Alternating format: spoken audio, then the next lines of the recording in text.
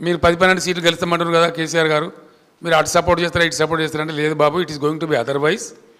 ప్రాంతీయ పార్టీలు అందరం కలిసి బలమైనటువంటి కూటమి ఏర్పడతాం. మాకు కాంగ్రెస్ బీజేపీ సపోర్ట్ చేసే పరిస్థితి వస్తుంది, మేము వాళ్ళకి సపోర్ట్ చేసే రోజులు పోయినాయి. ఇప్పుడు ఇండియాలో ఈ పార్లమెంట్ ఎన్నికల్లో ఆ సీన్ రాబోతూ ఉంది. నేను మళ్ళొకసారి రిపీట్ చేస్తున్నా, మీకు బోర్ కొట్టినా సరే. ఇప్పుడు పార్లమెంట్ ఎన్నికల అనంతరం ఇక్కడ రాబోయే దృశ్యం ఏంటంటే, భారతదేశంలో స్కాండినేవియన్ కంట్రీస్లో వచ్చినట్టుగా ప్రాంతీయ శక్తులు బలోపేతమై, ప్రాంతీయ పార్టీలు బలోపేతమై వీళ్ళ కూటమే పెద్దదిగా అవతరించబోతున్నది. వీళ్ళకే ఏదో ఒక జాతీయ పార్టీ సపోర్ట్ ఇచ్చి ప్రభుత్వం ఏర్పాటు చేసే పరిస్థితి రాబోతూ ఉంది డెఫినెట్గా.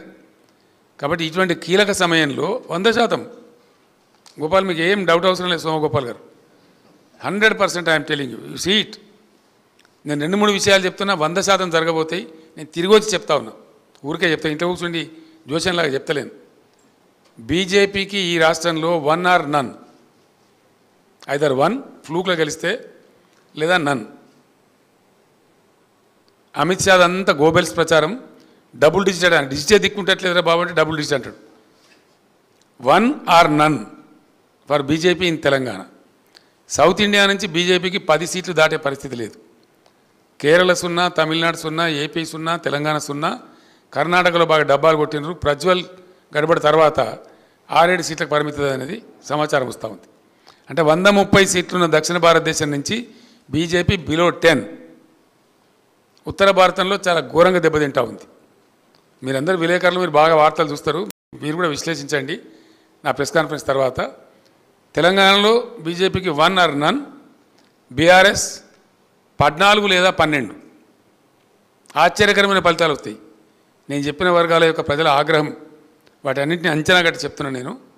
ఇవాళ కాంగ్రెస్ కనీసం 9 స్థానాలలో 3వ స్థానంలో ఉంది, 9 స్థానాలలో 3rd ప్లేస్లో ఉంది. బీజేపీ సెకండ్ ఉన్నా చాలా ఫార్ ఆఫ్ ఉంది మాతో, చాలా ఫార్ ఆఫ్.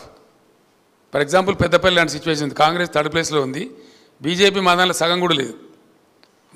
నామకే వాస్తే సెకండ్ ప్లేస్, కానీ మేము 52, 53 ఉంటే వాళ్ళు 21, 22 ఉన్నారు. అట్లా ఫార్ ఆఫ్ ఆ పరిస్థితి ఉంది రాష్ట్రంలో, స్పష్టంగా కనపడతా ఉంది. దీన్ని సద్వినియోగం చేసుకొని తెలంగాణ అస్తిత్వాన్ని కాపాడుకోవాలంటే, తెలంగాణకు కృష్ణా గోదావరి జలాలు దక్కేటువంటి దాన్ని సాధించుకోవాలంటే, తెలంగాణ ఆత్మగౌరవం అస్తిత్వ గౌరవం నిలబడాలంటే ఖచ్చితంగా ఈ క్రూషియల్ టైంలో బీఆర్ఎస్ ఎంపీలనే గెలిపించాలి. ఆ ఆవశ్యకత ఉంది. నేను మీ బిడ్డగా చెప్తా ఉన్నా తెలంగాణ ప్రజలకు, ఈ క్రూషియల్ టైంలో కేంద్రంలో మనం కీలకంగా మారబోతాం. మీరు ఒక 14 సీట్లు నాకు గెలిపియండి, నేను చూపిస్తా తెలంగాణ తడాకా ఏందో దేశ రాజకీయాల్లో నేను చూపిస్తా. మీరు సమున్నతంగా ఇది మా తెలంగాణ అని తలెత్తుకొని చెప్పుకునే విధంగా బ్రహ్మాండంగా రాజకీయాలను శాసిస్తాం. ఆ రకంగా తెలంగాణ దేశ రాజకీయాలను శాసించే దిశగా పోవాలి. తెలంగాణ మేధావి లోకానికి, తెలంగాణ యువతకు నేను చేసే విజ్ఞప్తి, ఒక ఒరబడిలో పడి కొట్టుకొని పోవద్దు, ఒక దానిలో పడి కొట్టుకొని పోవద్దు. మంచిగా స్థిరంగా ఆలోచించి నిర్ణయం తీసుకొని బీఆర్ఎస్ని గెలిపిస్తే, బీఆర్ఎస్ ఇంటి పార్టీ, ఏ రోజైనా తెలంగాణ కోసం పేగులు దిగేదాకా కొట్లాడే పార్టీ కాబట్టి దయచేసి బీఆర్ఎస్ను అత్యధిక స్థానాలలో అత్యధిక మెజార్టీతో గెలిపించండి. తెలంగాణ ఆత్మగౌరవాన్ని నిలబెట్టండి. తెలంగాణ నదుల నీళ్ళు తెలంగాణకు దక్కేటట్టు కాపాడండి. తెలంగాణ ఆత్మగౌరవాన్ని సమున్నతంగా ఎగరవేసే స్థాయిని కాపాడండి. బీజేపీకి ఓటేస్తే అశాంతి అలజడి తప్ప ఇంకోటి రాదు, ఏమి జరగదు. ఆ బీజేపీ పిచ్చిల పడి పోతే మనకు ఏమి రాదు. బీఆర్ఎస్ తెలంగాణ బలం, బీఆర్ఎస్ తెలంగాణ శక్తి. ఏ రోజుకైనా మంటిపైనకైనా సరే ఇంట్లో ఉండాలన్నారు. ఈ ఢిల్లీ గులాములు గెలిచి మనకు సాధించేదేం లేదు. గతంలో 4 బీజేపీ ఎంపీలు గెలిచి ఒక కేంద్ర మంత్రి ఉంటే 4 రూపాయల పని కూడా జరగలేదు, రాష్ట్రానికి ఏమి లాభం జరగలేదు. కాంగ్రెస్ వాళ్ళు గెలిచిన చేతులు కట్టుకొని నిల్చుంటారు తప్ప వాళ్ళు మాట్లాడే పరిస్థితి కాదు. కాబట్టి ఢిల్లీ గులాముల కంటే తెలంగాణ బిడ్డలు గెలవడమే ముఖ్యం. కాబట్టి ప్రాంతీయ శక్తులతో ఇప్పుడు రాజ్యం రాబోతుంది కాబట్టి మనం ఒక బలమైన ప్రాంతీయ శక్తిగా ఉండాలి.